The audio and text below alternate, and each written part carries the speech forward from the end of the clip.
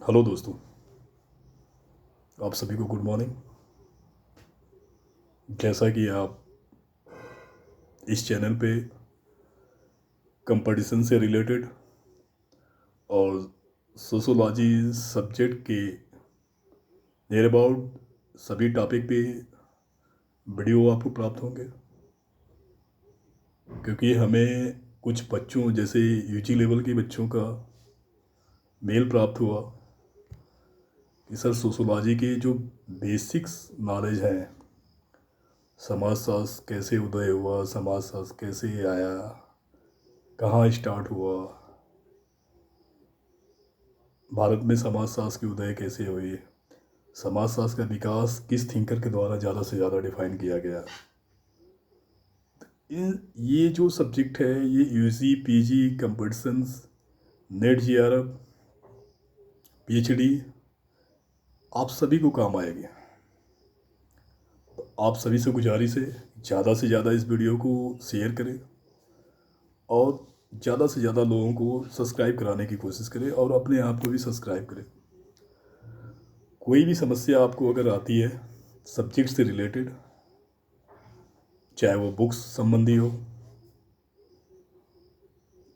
चाहे किसी भी तरह की क्वेश्चन आपके दिमाग में अगर पुटअप होता है, तो आप चैट बॉक्स में शेयर कर सकते हैं, जिससे हमें भविष्य में ये पता चल सकती है कि क्या डिमांड है, आने वाली जो समस्याएं हैं। क्योंकि जो स्टडी के दौरान बहुत सी समस्याएं आती हैं, चाहे दिमाग में एक से एक क्वेश्चन जन्म लेते हैं। क्योंकि इस समय वैश्विक महामारी चल रही है, कोविड-19 का दौर है, जहाँ एक तरफ धीरे धीरे सब चीज़ खोल रहे हैं, लेकिन एजुकेशन सिस्टम हर तरह से बंद है और ऑनलाइन एजुकेशन ग्रहण किया जा रहा है। क्योंकि यहाँ पे जान बचाने की बात आ गई है, क्योंकि भीड़ भाड़ से आपको दूरी बनाए रखनी है, इसलिए एक ऑनलाइन प्लेटफॉर्म के जरिए आपको एजुकेशन मिल रहा है, चाहे वो यूट्यूब के माध्यम से हो और चाहे आप किसी यूनिवर्सिटी या फिर कॉलेज या फिर या महाविद्यालय या स्कूल में या कॉलेज लेवल पे आपको शिक्षा प्राप्त हो रही है, और वहाँ पे जो भी राज्य सरकारें या फिर विश्वविद्यालय प्रशासन के द्वारा आपको ऑनलाइन एजुकेशन टीचर के माध्यम से प्राप्त हो रही है। लेकिन एक तरफ यह बात तो सही है कि जो चीज़ें ब्लैक बोर्डिंग के माध्यम से, जो चीज़ें ऑफलाइन के माध्यम से समझ में आती है, जो चीज़ें, एक कहावत है कि जब तक टीचर के हाथ में डस्टर और चाक ना हो, तब तक पढ़ाने का मज़ा ना टीचर को है, ना पढ़ने का मज़ा शिष्य को है। तो इसलिए, क्योंकि मैंने कहा ना कि इस समय जो टाइम पीरियड है वो जान बचाने का है, सुरक्षित रहने का, इसलिए ज़्यादा से ज़्यादा ऑनलाइन एजुकेशन ही अचीव हो रहा है। तो आज हम बात करते हैं समाजशास्त्र में समाजशास्त्र का विकास कैसे हुआ, rise and development of sociology. क्योंकि कोई भी विज्ञान शून्य से स्टार्ट नहीं हुआ है, उसी प्रकार समाजशास्त्र भी शून्य से स्टार्ट नहीं हुआ है। जैसे हम कहते हैं कोई भी विज्ञान हो, जब शून्य से आरंभ नहीं हो सकता, तो ये बात उसी तरह सारे विज्ञान पे लागू होता है, उसी प्रकार समाजशास्त्र पर भी लागू होता है। तो आज हम बात करते हैं समाजशास्त्र का विकास, rise and development of sociology, जो कि यूजी लेवल का एक कोर्स है और पीजी लेवल में भी जाना जाता है। जब आप स्टार्टिंग में नई जानकारी आपको प्राप्त होगा, तो आगे चल के भी शायद आपको कठिनाई होगा, इसलिए आज हम बात करते हैं। कोई भी विज्ञान शून्य से आरंभ नहीं होता है, उसी प्रकार समाजशास्त्र के साथ भी लागू होती है।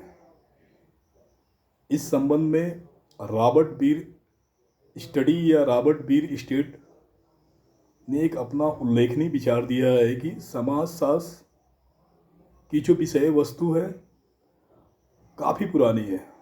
उन्होंने कहा रॉबर्ट बीर स्टडीज या रॉबर्ट बीयर स्टेट उन्होंने कहा कि समाजशास्त्र की जो विषय वस्तु है काफ़ी पुरानी है। इस विषय की उत्पत्ति के पूर्व भी उस पर चिंतन होते रहे, क्योंकि इस विषय की जो उत्पत्ति से पहले भी इस विषय पर काफ़ी चिंतन होते रहे हैं, लेकिन उन विषय वस्तुओं पर एक स्वतंत्र विषय के अंतर्गत वैज्ञानिक ढंग से चिंतन कुछ दिनों पहले आरंभ हुए थे। कहने का मतलब ये है कि कोई भी विज्ञान या विषय की जब उत्पत्ति होती है तो साइंटिफिक बात की जाती है या साइंटिफिक सिस्टमेटिक ढंग से बात की जाती है। ऐसा नहीं है कि अगर मैं हिंदी साहित्य की बात करता हूँ तो आज जितने भी राइटर उनके मन में तुरंत तो आया नहीं, कहीं ना कहीं किसी न किसी रूप में आया होगा, लेकिन शून्य से स्टार्ट हुआ नहीं हुआ होगा। लेकिन कहने का मतलब ये है कि वो सिस्टमेटिक वे में प्रोसेस हुआ होगा। जैसे भक्ति काल, रस काल, आदि काल की बात हम करते हैं, जिस तरह हम समाज की बात करते हैं कि आदि काल से लेके टेक्नोलॉजी काल तक या प्रौद्योगिकी काल की बात हम करते हैं, तो हर कोई भी काल होती है, स्टेप बाय स्टेप आती रहती है। उसी प्रकार उन्होंने भी कहा कि कोई भी विज्ञान या कोई भी समाजशास्त्र की उत्पत्ति से पहले वैज्ञानिक ढंग से जो है इसके बारे में बात नहीं की गई थी, क्योंकि कुछ समय के बाद जब बात हुई तो जब सिस्टमेटिक वे से या सिस्टमेटिक प्रोसेस से जब बात हुई थी तो उसे प्रारंभ हुआ था। उसी प्रकार उन्होंने कहा कि चाहे वो यूरोप एवं विश्व के अनेक देशों में कुछ ऐसे विचारक समय समय पर आते रहे हैं जिनके विचारों ने समाजशास्त्र को एक पृथक विज्ञान के रूप में जन्म देना महत्वपूर्ण योगदान दिया था। अब बात इसको समझने की कोशिश करिए अपनी भाषा में, क्योंकि जो हमारा सोशोलॉजी का जो उदय हुआ था वो यूरोप में हुआ था, फ्रांस से हुआ था, क्योंकि फ्रांस यूरोप में पड़ता था। तो उन्होंने कहा कि यूरोप या विश्व में अनेक ऐसे देशों में कुछ ऐसे विचारक या थिंकर समय समय पर आते रहें, का मतलब जन्म लेते रहें और आगे स्टडी जैसे करते रहे। तो इसलिए कहते हैं कि यूरोप या विश्व में कुछ ऐसे अनेक देशों में कुछ ऐसे विचारक समय समय पर आते रहें जिनके विचारों ने समाजशास्त्र को एक पृथक विज्ञान के रूप में जन्म देने का महत्वपूर्ण योगदान दिया है या जन्म देने में महत्वपूर्ण योगदान दिया था। उसी प्रकार आगे टीबी बाटोमोर ने भी कहा है कि समाजशास्त्र की उत्पत्ति एवं विकास के प्रमुख चरणों की चर्चा की है। अब टीबी बाटोमोर अपने माध्यम से बताते हैं कि जो समाजशास्त्र की उत्पत्ति हुई और विकास हुई कि जो प्रमुख चरण हैं कुछ इस प्रकार से है। उन्होंने कई स्टेप की बात की थी। उन्होंने नियर अबाउट 4 या 5 प्रकार के स्टेप्स की बात की थी कि इस स्टेप में उन्होंने क्या कहा। टीबी बाटोमोर के अनुसार, हमेशा ध्यान दीजिएगा, टीबी बाटोमोर और रॉबर्ट बियर स्टडीज ने एक कमेंट किया था, समाजशास्त्र की विषय वस्तु काफ़ी पुरानी है, क्योंकि ये आता है वन लाइनर क्वेश्चंस। तो ये पूछता है कि समाजशास्त्र की विषय वस्तु काफ़ी पुरानी, इनमें से कौन कहा, 4 ऑप्शन देता है। तो आप हमेशा जानिएगा रॉबर्ट बियर स्टडी भी पढ़ा जाता है और जेपी सिंह की बुक के अनुसार उच्चारण उनकी सही है, तो इसलिए रॉबर्ट बियर स्टेट कहा जाता है। दोनों एक ही हैं, दोनों एक ही थिंकर का नाम है। तो टीबी बाटोमोर ने समाजशास्त्र के विकास एवं उत्पत्ति के प्रमुख चरणों की चर्चा की है, जो इस प्रकार से है। हम जानते हैं प्रथम चरण या फर्स्ट स्टेप के बारे में। उन्होंने फर्स्ट स्टेप में क्या क्या चर्चाएं की हैं उसके बारे में हम जानने का प्रयास करते हैं। टीबी बाटोमोर का फर्स्ट स्टेज या प्रथम चरण को डिस्क्राइब करते हैं। आरंभिक काल के दौरान कुछ विचारक या लेखकों ने अपने विचारों को निर्देशित किया या बताया कि इस सिलसिले में प्राचीन यूनान के 2 प्रमुख विचारकों प्लेटो और अरस्तु के विचार बहुत महत्वपूर्ण थे, चाहे वो सोशोलॉजी की बात हो, चाहे वो फिलासफी की बात हो, चाहे वो बायोलॉजी की बात हो, नियर अबाउट ज़्यादा से ज़्यादा की अगर बात किया जाए विज्ञान की, जिन्होंने विज्ञान बनाया जिस विषय को, या विज्ञान बनाने की दृष्टि से ऑब्जर्व किया, अवलोकन किया, तो हम प्लेटो और अरस्तु की बात करते हैं, सेंट साइमन की बात करते हैं। तो इस जब उस समय यूनान के दो प्रमुख विचारक थे, प्लेटो और अरस्तु, क्योंकि उन्होंने अपना जो विचार था उन्होंने महत्वपूर्ण दिया था। प्लेटो की जो किताब थी, जो प्लेटो की फेमस जो बुक थी, द रिपब्लिक थी। वहीं पे अरस्तु ने अपनी जो फेमस बुक थी, इथिक्स एंड पॉलिटिक्स, जो बुक थी। अब ये चीज़ भी हमेशा जो भी मैं पढ़ा रहा हूँ, चाहे तो आप उसको अपने डायरी में नोट कर सकते हैं, क्योंकि रूरल एरिया के जो बच्चे हैं उनके पास मटेरियल नहीं है, तो वो नेट पे ज़्यादा से ज़्यादा सर्च करते हैं या कर नहीं पाते हैं।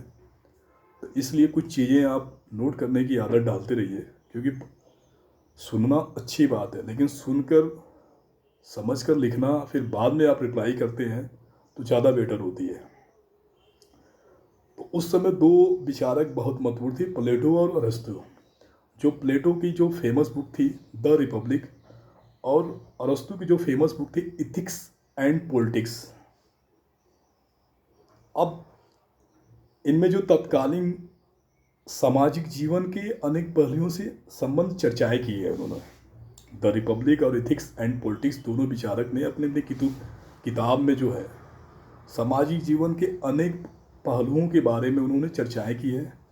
अब हम जानना चाहते हैं कि वो आगे किस प्रकार से चर्चाएं की है।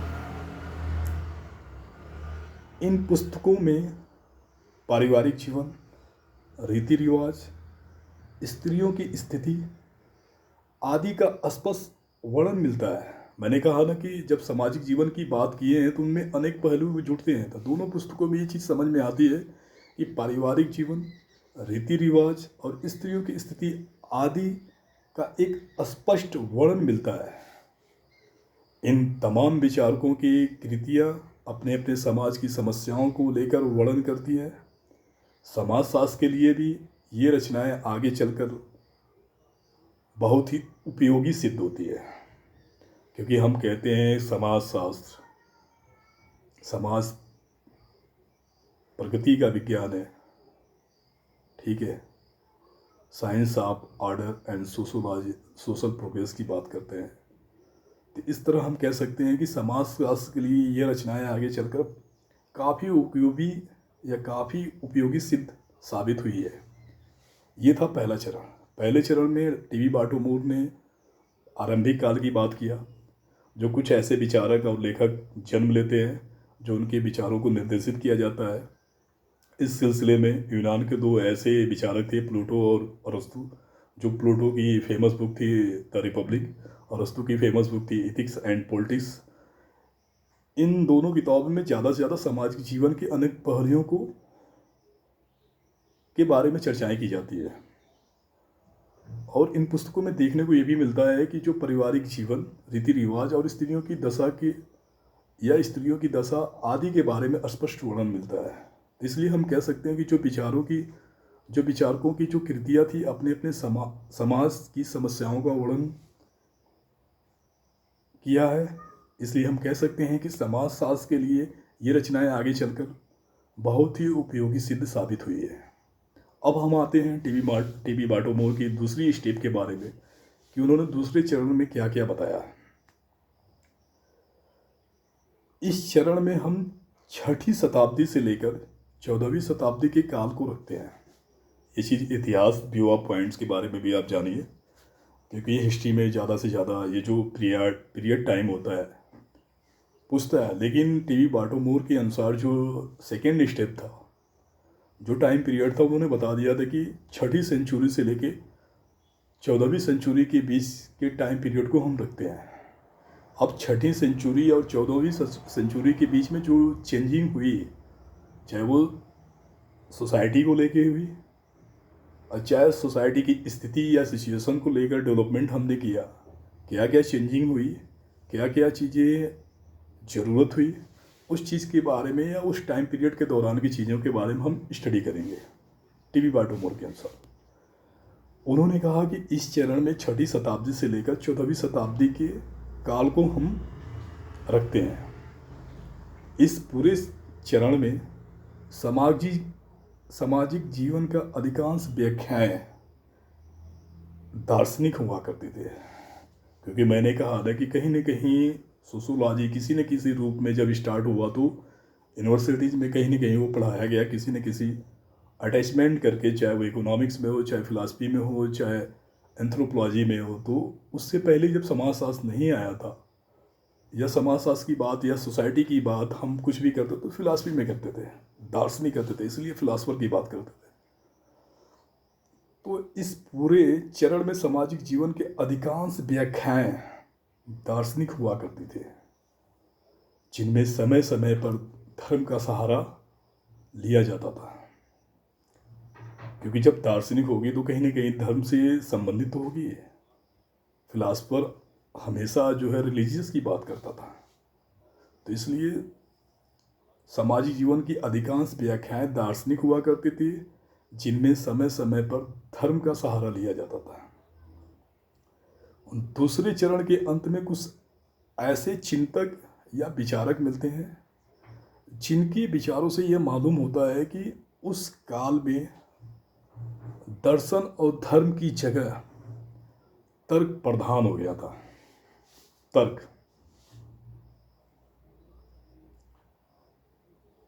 दर्शन और धर्म की जगह तर्क प्रधान हो गया था। इस काल के जो प्रमुख विचारकों में सेंट थामस अक्विनास या ए दांते, दो विचारकों का नाम लिया जाता था। चाहे वो फिलासफर कहिए या चाहे दार्शनिक कहिए, चाहे थिंकर कहिए। उस समय जो है दो थिंकर थे, सेंट थामस अक्विनास या सेंट थामस अक्विनास कहा जाता है, या ए दांते। ये दो ऐसे विचारक का सेकेंड स्टेज 6वीं और 14वीं शताब्दी के बीच में जो टाइम पीरियड रखा था, उस दौरान दो विचारकों को लिया गया था। क्योंकि उस समय का जो विचार आता था वो एक दार्शनिक व्यू के जरिए आता था, और दार्शनिक हमेशा कहीं न कहीं जो है था वो धर्म का सहारा लिया जाता था। इसलिए जो उस टाइम पीरियड में या उस टाइम पीरियड के दौरान जो दर्शन और धर्म की जो जगह लिया था वो तर्क ले लिया था, उससे तर्क प्रधान हो गया था। तो इस काल के जो प्रमुख दो विचारक थे, सेंट थामस अक्विनास और ए दांते थे। अब आगे चल के हम इन विचारकों की बात सुनते हैं कि उन्होंने मनुष्य के बारे में क्या कहा या समाज के बारे में अपने विचार किस रूप में दिया। इन विचारकों ने मनुष्य को एक सामाजिक प्राणी ही नहीं माना, बल्कि समाज की परिवर्तनशीलता को भी स्वीकार किया। जैसा कि हम सभी जानते हैं, और लगभग जो थोड़ा सा भी समझदार हैं, पढ़े लिखे हैं, मैं पढ़ाई से बात कर रहा हूँ, तो हम सभी जानते हैं कि मनुष्य एक सामाजिक प्राणी है। तो इन दोनों ने ये कहा कि मनुष्य एक सामाजिक प्राणी ही नहीं बल्कि समाज की परिवर्तनशीलता को स्वीकार किया। तो इसलिए हम कह सकते हैं, इसके साथ यह भी माना कि परिवर्तन के पीछे निश्चित रूप से कुछ नियम और शक्तियाँ कार्य करती है। To the point, sociological view point में इन दोनों विचारकों ने ये तो स्वीकार कर लिया कि सामाजिक एक प्राणी को स्वीकार किया, या ये कहा जाए कि इन दोनों विचारकों ने मनुष्य को एक सामाजिक प्राणी ही नहीं माना बल्कि समाज की परिवर्तनशीलता को स्वीकार किया। क्योंकि जो समाज में चेंजिंग हुआ, उसके माध्यम से डेवलपमेंट हुआ, लेकिन उस माध्यम में कुछ न कुछ ऐसी चीज़ें आई, चाहे वो निश्चित रूप से जो समाज को जो निश्चित रूप से कुछ नियम ही चेंज किए होंगे या कुछ शक्तियाँ कार्य कर रही होंगी जिससे समाज या उनमें बदलाव आया। क्योंकि दो ही चीज़ हो सकती है, नियम या शक्तियाँ, तभी तो हमारे समाज में कुछ प्रकार की चेंजिंग हुई होगी। इससे साफ जाहिर होता है इन विचारकों के चिंतन में वैज्ञानिकता का बहुत बड़ा प्रभाव था। जब उन्होंने ये कहा कि समाज को निश्चित रूप से कुछ नियम या शक्तियाँ कार्य करती हैं, तो इससे जाहिर होता है या साफ जाहिर होता है कि इन विचारकों के चिंतन में कहीं न कहीं वैज्ञानिकता का प्रभाव देखने को प्राप्त होता था या मिलता था। ये था सेकेंड स्टेप। फर्स्ट स्टेप में प्लूटो और अरस्तु की बात की गई। सेकेंड स्टेप में सेंट थामस अक्विनास और ए दांते की बात की गई। उन्होंने ये चीज़ कहा क्योंकि जो उस समय के जो विचारक थे वो दार्शनिक रूप में आते थे। जब दार्शनिक रूप में आएंगे तो कहीं ना कहीं वो धर्म का सहारा लेंगे, और जब दर्शन और धर्म की जगह तर्क को प्राधान्य दिया गया, जब तर्क को प्राधान्य दिया गया तो दोनों विचारकों ने ये कहा कि मनुष्य एक सामाजिक प्राणी ही नहीं बल्कि समाज की परिवर्तनशीलता को स्वीकार किया। इसके साथ साथ ही परिवर्तन के पीछे निश्चित रूप से कुछ नियम और शक्तियाँ कार्य करती थी, जिससे साफ जाहिर होता है कि इन विचारकों के चिंतन में कहीं न कहीं वैज्ञानिकता का प्रभाव देखने को मिलता था, या वैज्ञानिकता के प्रभाव को प्राप्त किया जाता था। ये था अनुभव, मतलब उस टाइम पीरियड के दौरान 6वीं और 14वीं के बीच को सेकेंड स्टेप माना गया था। अब हम आते हैं डी.बी. बाल्टीमोर के थर्ड स्टेप या तीसरे चरण में। अब देखा जाए कि जो कि उनकी 6वीं और 14वीं शताब्दी के बीच की माना, तो इसका मतलब है जो उसका टाइम पीरियड होगी 15वीं शताब्दी होगी, मतलब 15वीं शताब्दी से आरंभ होता है। चलिए हम जानने की प्रयास किया जाए और समझने की कोशिश किया जाए। यह काल 15वीं शताब्दी से आरंभ होता है और समाजशास्त्र की पृष्ठभूमि तैयार होती है।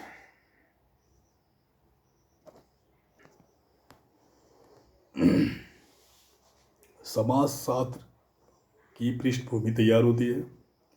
इसमें सामाजिक जीवन के विभिन्न पक्षों पर विस्तृत चर्चाएं देखने को प्राप्त होती है या मिलती है। अब उदाहरण के तौर पे ये देखा जाए कि कौन कौन से ऐसे विचारक तीसरे चरण में जन्म लिए और अपने अपने विचार को जो है आगे प्रस्तुत किया। हॉब्स, रूसो, लॉक, ये सभी समाजशास्त्री नहीं थे, दार्शनिक थे, फिलासफर थे, जो कि समाज के उद्भव आदि की विस्तार से चर्चाएं की थी। हॉब्स, रूसो, लॉक आदि दार्शनिक ने समाज के उद्भव आदि की विस्तार से चर्चाएं की थी। इसी समय सामाजिक समझौते का सिद्धांत उसी समय जब सामाजिक समझौते का सिद्धांत सोशल कॉन्ट्रैक्ट थ्योरी प्रतिपादित किया गया था, और टॉमस मोर ने अपनी पुस्तक यूटोपिया में अनेक सामाजिक समस्याओं की चर्चा किया था। उस समय लगभग 3 जितने भी दार्शनिक थे, हॉब्स, रूसो, लॉक आदि ने समाज के जो उद्भव थे उस पर काफ़ी विस्तारपूर्वक चर्चाएं किए थे। और उसी समय जो सामाजिक समझौते का सिद्धांत आया था, या इंग्लिश में कहें तो सोशल कॉन्ट्रैक्ट थ्योरी भी प्रतिपादित किया गया था तीसरे चरण में।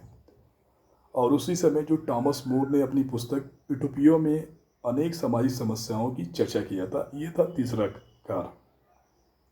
तीसरा काल था जिसे हम थर्ड स्टेप कहते हैं। अब हम आते हैं चौथे स्टेप या चतुर्थ चरण के बारे में कि डी.बी. बाल्टीमोर के अनुसार उस समय क्या क्या हुआ था, कौन कौन से ऐसे दार्शनिक, कौन कौन से ऐसे विचारक जो अपने विचार को प्रकट किए थे। चतुर्थ चरण में ही सही मायने में अगर देखा जाए तो समाजशास्त्र की जो पृष्ठभूमि तैयार हुई थी, जो फोर्थ स्टेप था, अगर सही तरीके से देखा जाए तो उस समय समाजशास्त्र की जो पृष्ठभूमि थी तैयार हो गई थी। डी.बी. बाल्टीमोर ने कहा कि समाजशास्त्र जो प्राक ऐतिहासिक, या ये कहा जाए कि डी.बी. बाल्टीमोर ने कहा कि समाजशास्त्र का जो प्राक इतिहास था लगभग 100 साल निश्चित किया जा सकता था। 1750 से लेकर 1850 तक की बात किया गया था। उन्होंने यही कहा कि जो समाजशास्त्र का प्राक इतिहास था लगभग 100 साल से निश्चित किया गया था। 1750 से लेकर 1850 तक की बात की गई थी। अब हम आगे देखते हैं कि समाजशास्त्र का कैसे विकास हुआ। समाजशास्त्र का विकास एक विशिष्ट विज्ञान के रूप में 19वीं शताब्दी के उत्तरार्ध और 20वीं सदी की प्रारंभिक काल में हुआ था। एक्चुअल रूप से चतुर्थ स्टेप में या चतुर्थ चरण में ही कहा गया कि सही मायने में समाजशास्त्र का विकास इसी काल में तैयार किया गया था।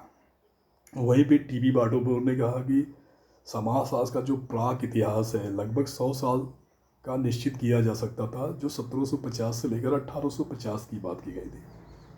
उन्होंने आगे चल के बताया कि समाजशास्त्र का जो विकास है एक विशिष्ट विज्ञान के रूप में 19वीं सदी के उत्तरार्ध और 20वीं सदी के प्रारंभिक काल में हुआ था।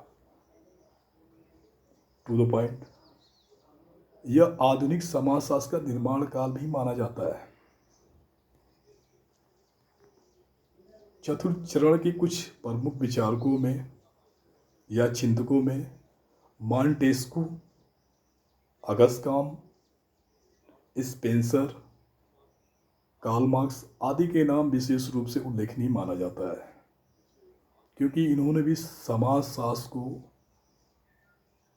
विज्ञान के रूप में देखा और समाजशास्त्र का पथ प्रदर्शन एवं विकास भी किया।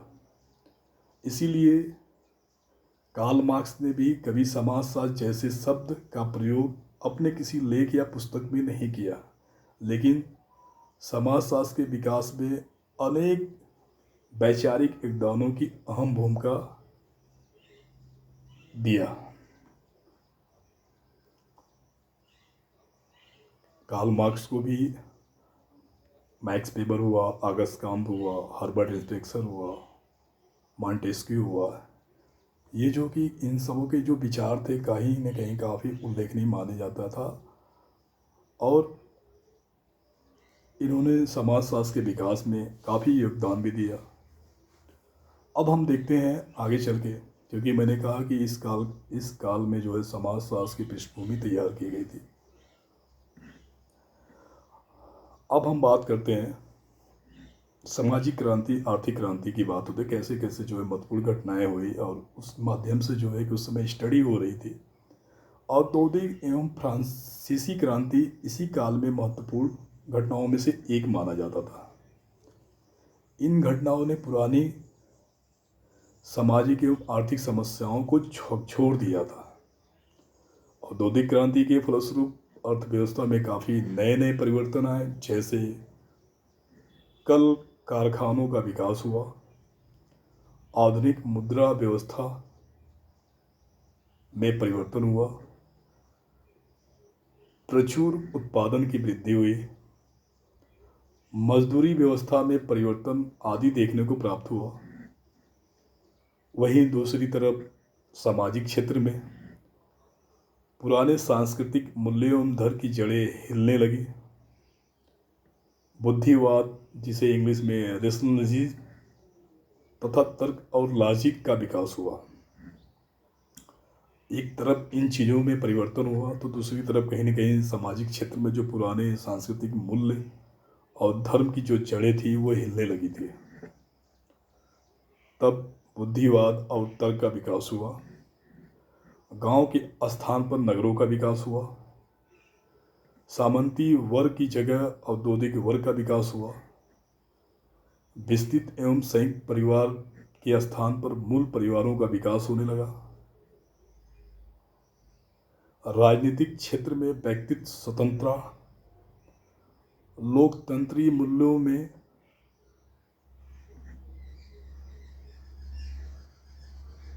एवं समानता जैसे विचारों का विकास होने लगा। इसी प्रकार हम कह सकते हैं कि यूरोप में एक नए युग का सूत्रपात हुआ। इसी के साथ साथ कुछ नए बौद्धिक परंपराओं का भी उदय हुआ। जब ये दो क्रांति उस समय बहुत महत्वपूर्ण मानी जाती थी, ब्रिटेन की क्रांति और फ्रांस की क्रांति। ब्रिटेन की क्रांति को औद्योगिक क्रांति का नाम दिया गया और फ्रांस की क्रांति को सामाजिक क्रांति का नाम दिया गया। औद्योगिक क्रांति के फलस्वरूप क्या क्या चीज़ें परिवर्तन हुआ या क्या क्या चीज़ें नहीं आई, जैसे कल कारखानों का विकास हुआ, आधुनिक मुद्रा व्यवस्था में परिवर्तन आया, प्रचुर मात्रा में उत्पादन की वृद्धि हुई, मजदूरी व्यवस्था में भी आदि परिवर्तन देखने को प्राप्त हुआ। दूसरी तरफ सामाजिक क्षेत्र में पुराने सांस्कृतिक मूल्य एवं धर्म की जड़ें को हिलने लगी थी या झकझोर दिया था। वहाँ पे बुद्धिवाद और तर्क का विकास हुआ। इसी प्रकार ये भी देखने को मिला कि गांव के स्थान पे नगर का विकास हुआ, सामंती वर्ग की जगह औद्योगिक वर्ग का विकास हुआ, विस्तृत एवं संयुक्त परिवार के स्थान पे मूल परिवारों का विकास हुआ। राजनीतिक क्षेत्र में जो व्यक्तित्व स्वतंत्रता देखने को मिलती थी और लोकतांत्रिक मूल्यों एवं समानता जैसे विचारों का विकास हुआ। इस प्रकार हम कह सकते हैं कि यूरोप में एक नए युग का सूत्रपात हुआ और इसी के साथ साथ कुछ नए बौद्धिक परंपराओं में एक नए युग का परंपराओं का भी उदय हुआ। इसलिए हम कह सकते हैं कि समाजशास्त्र के विकास में जिन प्रमुख बौद्धिक परंपराओं का योगदान सबसे अधिक रहा, उन्हें हम 4 भागों में बांटकर देख सकते हैं। सबसे पहला, हम जो भी 4 प्रकार के विचार या 4 प्रकार के जो योगदान दिए थे वो किस प्रकार थे और एक के बारे में हम थोड़ा थोड़ा डिस्क्राइब कर देंगे आपको। पहला था राजनीतिक दर्शन, पॉलिटिकल फिलॉसफी। उस काल के विचारकों ने आधुनिक राजनीतिक व्यवस्थाओं में जैसे प्रजातंत्र के सामाजिक पहलुओं पर चर्चा की गई। उन लोगों ने पुराने राजनीतिक मूल्यों एवं परंपराओं को उखाड़ फेंकने का सुझाव दिया। पॉलिटिकल फिलॉसफी में उन्होंने कहा कि उन पुराने राजनीतिक मूल्यों एवं परंपराओं को उखाड़ फेंकने का सुझाव दिया। उनका मानना था कि पुराने मूल्यों के आधार पर नए समाज का निर्माण संभव नहीं होगा। ये पहला पॉलिटिकल फिलॉसफी था। दूसरा, उन्होंने इतिहास का दर्शन, फिलॉसफी ऑफ हिस्ट्री की बात की।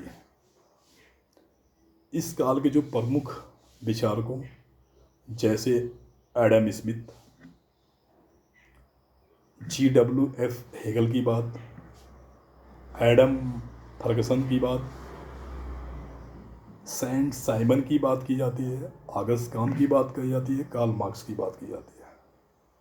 मतलब जो ऐसे विचारक थे एडम स्मिथ से लेके Hegel, Adam Ferguson, Saint Simon, Auguste Comte, Karl Marx आदि ने समाज के विकास और परिवर्तन का एक नया विश्लेषण और दर्शन दिया, जिसका बौद्धिक प्रयास आज भी देखने को मिलता है।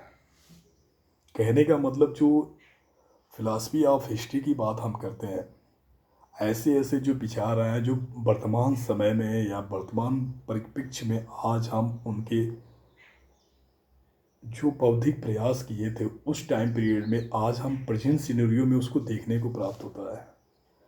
क्योंकि हेगल हुआ, फर्गसन हुआ, सेंट साइमन हुआ, एडम स्मिथ हुआ, ऑगस्ट कॉम्टे हुआ, कार्ल मार्क्स हुआ, इन सभी के विचार कहीं न कहीं वर्तमान सिनेरियो में हम अप्लाई देखते हैं, या परिवार या समाज या फिर इंडस्ट्रियल या फिर राजनीतिक रूप से कहीं न कहीं ये चीज़ें देखने को प्राप्त होता है। तीसरा जो तो उनका स्टेप था, विकास के जैविक सिद्धांत, बायोलॉजिकल थियरीज ऑफ इवोल्यूशन की बात किया था। इसमें जैसे लैमार्क एवं डार्विन के जो सबसे ज़्यादा विचार, क्योंकि विकास के जो सिद्धांत थे वो लैमार्क या कार्लेस डार्विन की बात की जाती है। ज़्यादा से हम शॉर्टकट नाम लैमार्क और डार्विन की थियरी की बात की जाती है। तो इन विचारकों ने जैविक विकास का एक नया सिद्धांत प्रतिपादित किया था, जिसका प्रभाव हर्बर्ट स्पेंसर, मॉर्गन जैसे विद्वानों ने अपने विचारों को दिखाई दिया। 2 ऐसे विचारक थे जो विकास के जैविक सिद्धांत पे लैमार्क और डार्विन ने अपने विचारकों में जैविक उद्विकास का एक नया सिद्धांत प्रतिपादित किए थे, जिसका प्रभाव हर्बर्ट स्पेंसर और मॉर्गन जैसे विद्वानों ने या विद्वानों के विचार में भी दिखाई पड़ता था। जैविक उद्विकास के सिद्धांत ने समस्त परंपरागत मान्यताओं को उखाड़ फेंका और एक नए वैज्ञानिक चिंतन के मार्ग को प्रशस्त किया। चौथा हम बात करते हैं सामाजिक एवं आर्थिक सुधार का आंदोलन। इंग्लिश में कहते हैं movement for social and economic reforms. इस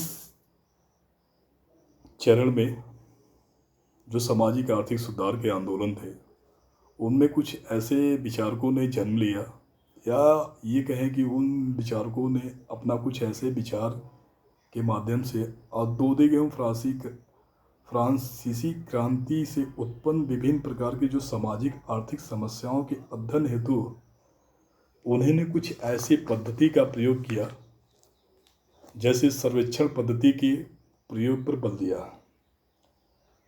आज भी सामाजिक सर्वेक्षण का प्रयोग एक वैज्ञानिक पद्धति के रूप में प्रयोग किया जाता है।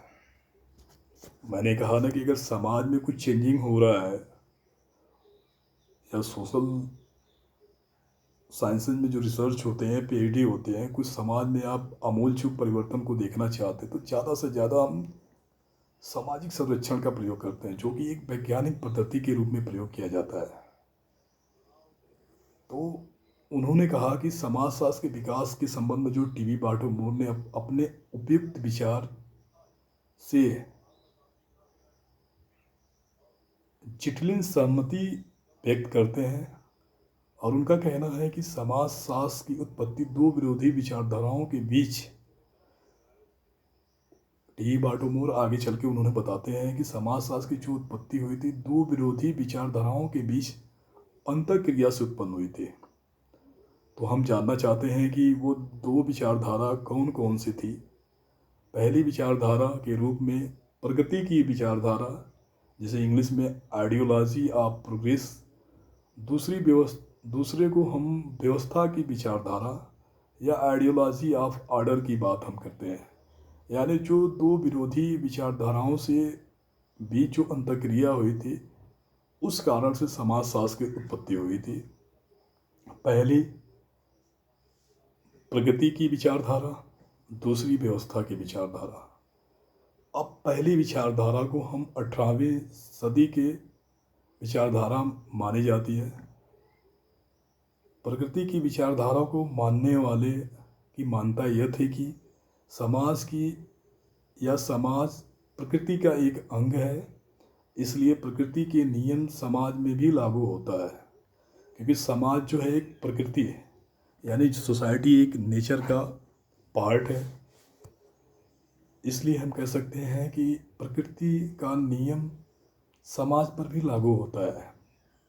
वही समाज वैज्ञानिकों का मुख्य उद्देश्य उन नियमों की खोज करना है जिन नियमों से समाज संचालित और परिवर्तित होता है, क्योंकि कोई भी समाज जो होता है किसी न किसी नियम कानून से बंधा होता है, संचालित भी किया जाता है, और उसमें परिवर्तन भी देखने को मिलता है और विकास भी होता है।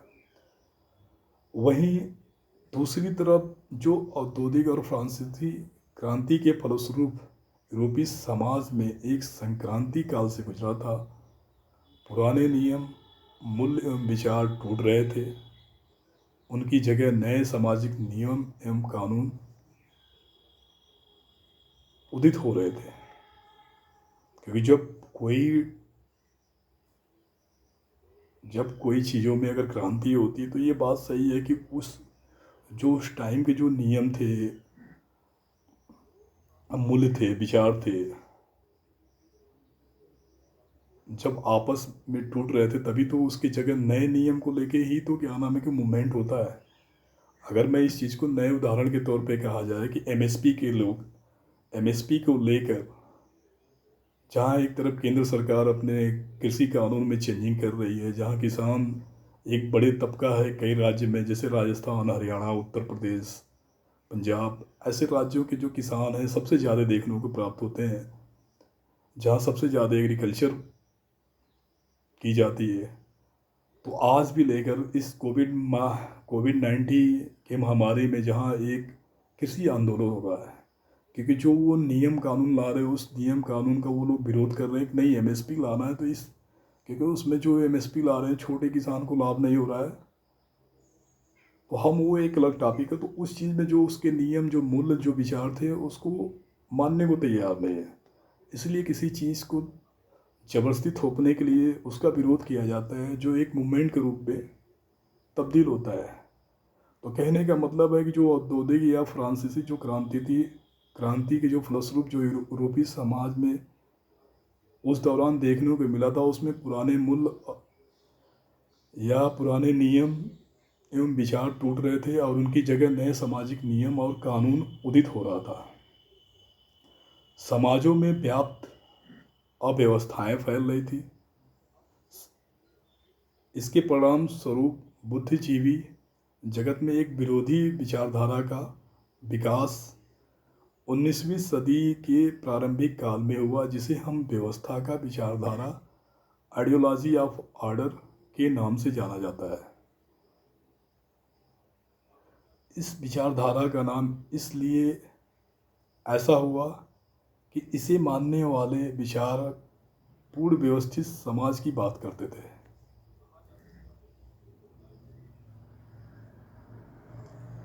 चूँकि आगस्त काम का जन्म इसी काल में हुआ, इसलिए वे दोनों तरह की विचारधाराओं से प्रभावित हुए।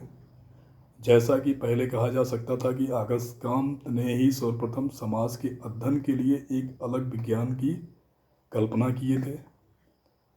उनके अनुसार समाजशास्त्र सामाजिक घटनाओं का न सिर्फ वैज्ञानिक अध्ययन करेगा, बल्कि उन समस्त नियमों एवं शक्तियों का अध्ययन करेगा जिनके फलस्वरूप समाज में परिवर्तन होता है या व्यवस्था बनी रहती है। इसी नए विज्ञान का नाम उन्होंने सर्वप्रथम सोशल फिजिक्स 1838 में रखा था। बाद में इन्होंने सोशोलॉजी रखा था। इसे नवीन विज्ञान को उन्होंने व्यवस्था का प्रगति के विज्ञान के रूप में भी जाना जाता है या परिभाषित किए थे। इसीलिए उन्होंने कहा कि science of social order and social progress के रूप में भी जाना जाता है। इसलिए हम कह सकते हैं कि समाजशास्त्र का तेज़ी से विकास मुख्य रूप से फ्रांस, जर्मनी और अमेरिका में 20वीं सदी में आरंभ हुआ था। यानी इसलिए हम कह सकते हैं कि 20वीं सदी में समाजशास्त्र का तेज़ी से मुख्य रूप से फ्रांस, जर्मनी और अमेरिका में विकास हुआ था।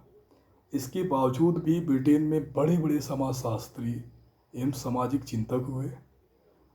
वहाँ के विश्वविद्यालयों में समाजशास्त्र एक स्वतंत्र विषय के रूप में काफ़ी देर से उभर कर सामने आया। मैंने पहले भी कहा कि जो समाजशास्त्र भले उदय हो गया था, जन्म हो गया था, कहीं न कहीं जो है कि इस विषय को दूसरे विषय के रूप में जोड़कर पढ़ाया जाता था। 1960 के दशक में London school of economics and political science के अलावा वहाँ के अन्य विश्वविद्यालयों में नाम मात्र का ही समाजशास्त्र था। विश्वविद्यालय स्तर पर अमेरिका में भी समाजशास्त्र इसी सदी में आरंभ हुआ और अमेरिका में अगर देखा जाए तो पहला विश्वविद्यालय येल विश्वविद्यालय या एले विश्वविद्यालय में प्रारंभ किया गया। दैन उसके बाद कोलंबिया, शिकागो, इन 3 विश्वविद्यालयों में जो है समाजशास्त्र एक पृथक रूप में जो है पढ़ाया जाता था।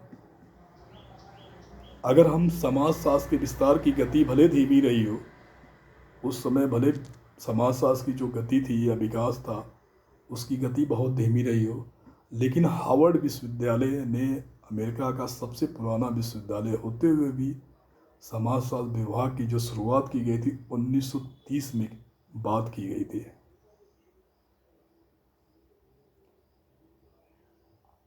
इसलिए हम कह सकते हैं कि समाजशास्त्र का जो विकास था कहीं न कहीं जो 2 क्रांति के फलस्वरूप देखने को हमें प्राप्त होता था, जो ब्रिटेन क्रांति और फ्रांस की क्रांति थी के कारण जो समाजशास्त्र 1838 में 91 में सोशल फिजिक्स के नाम से जाना जाता था, बाद में उन्होंने अगस्त काम में सोशलॉजी रख दिया है।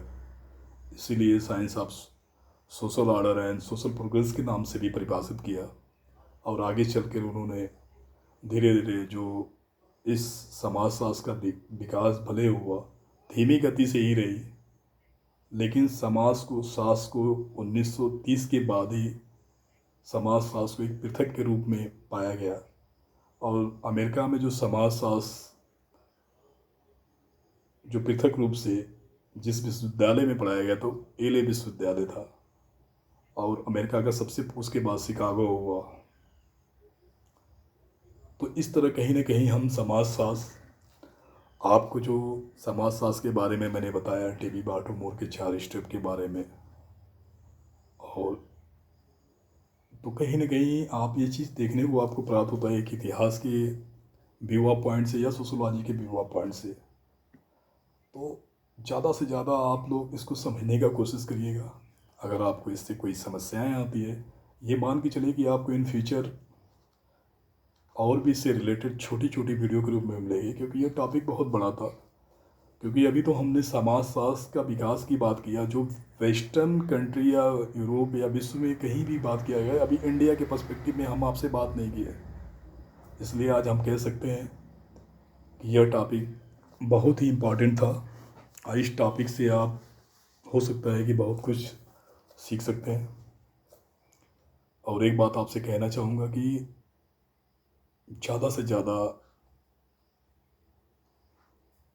पढ़ के समझ के लिखने की कोशिश करिएगा, क्योंकि अच्छा वक्ता वही होता है जो अच्छा सुनता है, और अच्छा सुनने के बाद वो अपनी भाषा में उसको लिखने का प्रयास करता है।